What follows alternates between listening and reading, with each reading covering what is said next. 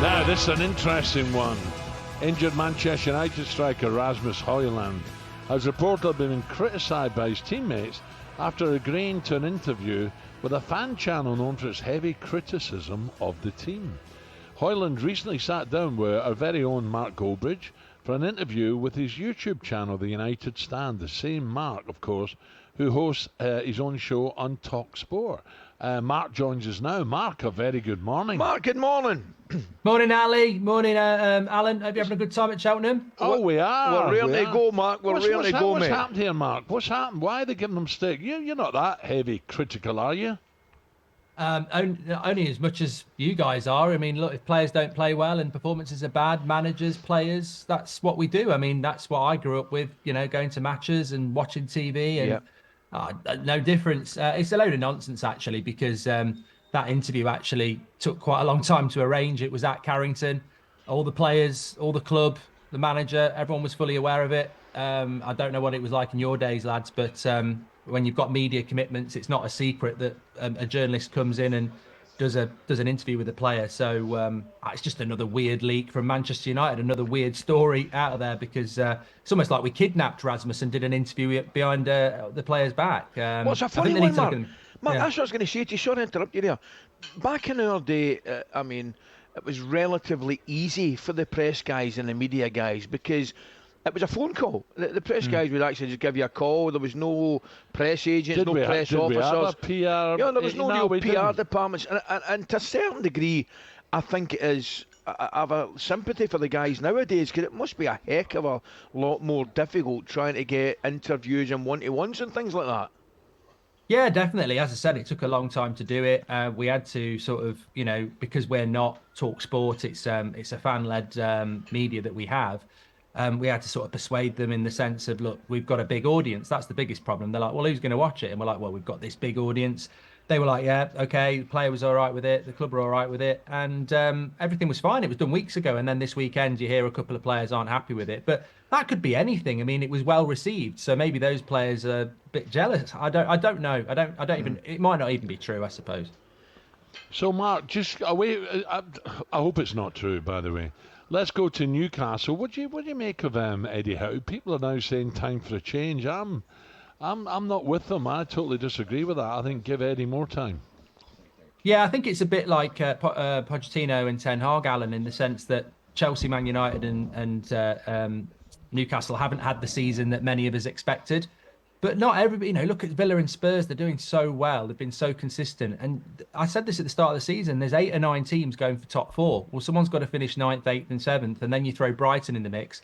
They've had a lot of injuries. They are a bit limited by what we expected them to do, which was throw a load of money at it. But FFP exists now. So I think that I'm not a big fan of it. I think you look at what Jurgen Klopp's built, and I looked at them at the weekend with all the players they've got out, and that's a manager that's bought all those players, developed all those players in the way that he wants, and that takes 3 or 4 years to get to that point. And I think Eddie Howe's doing a good job.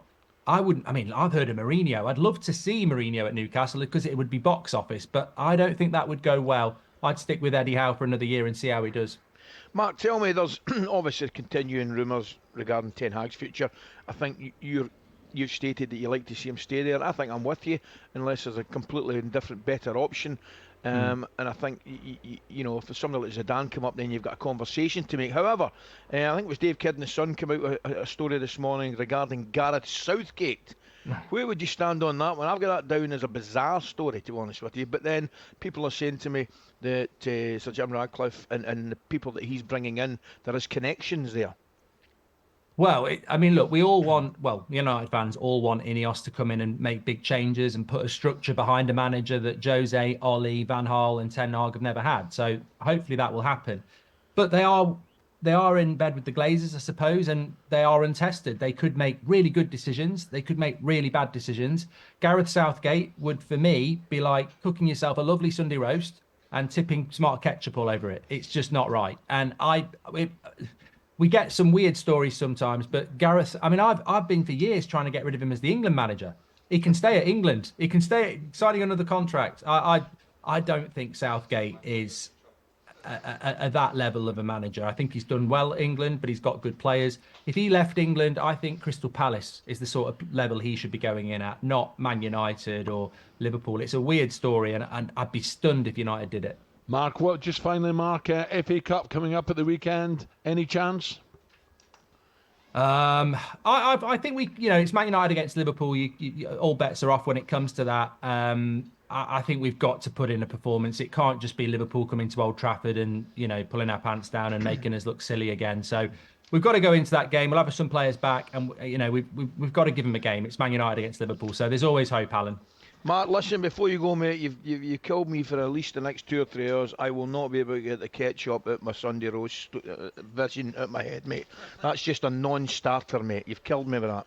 Exactly. Have a great day, lads. You too, all the best. Cheers, Mark. Mark Goldbridge there. So there you go. I think it's maybe blown up a wee bit there. I'm sure the United players, are shrugging their shoulders. What's all the fuss about? I'll be bothering, won't they? Let's be honest about it. What's wrong with some of these PR guys at football clubs now, though? Do you know what I mean? They're really full of their own importance. Yeah, we're only giving an opinion here on radio. We're not. It's not any. Is it any different to back in our day? There's probably just more of it, than because of social media. There's more opinions. Is that fair? Yeah.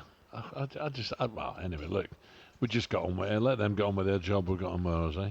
Yeah, you'd kind of brush it aside if you're on 80 a week, would you? How much? 80 to 90 a week. Is that what they get? Well, what would you be on nowadays? A wee bit more than that. talkSPORT Breakfast with Alan Brazil. Thursday and Friday morning, 6 till 10. On AM, on DAB, via the talkSPORT app and on your smart speaker. talkSPORT.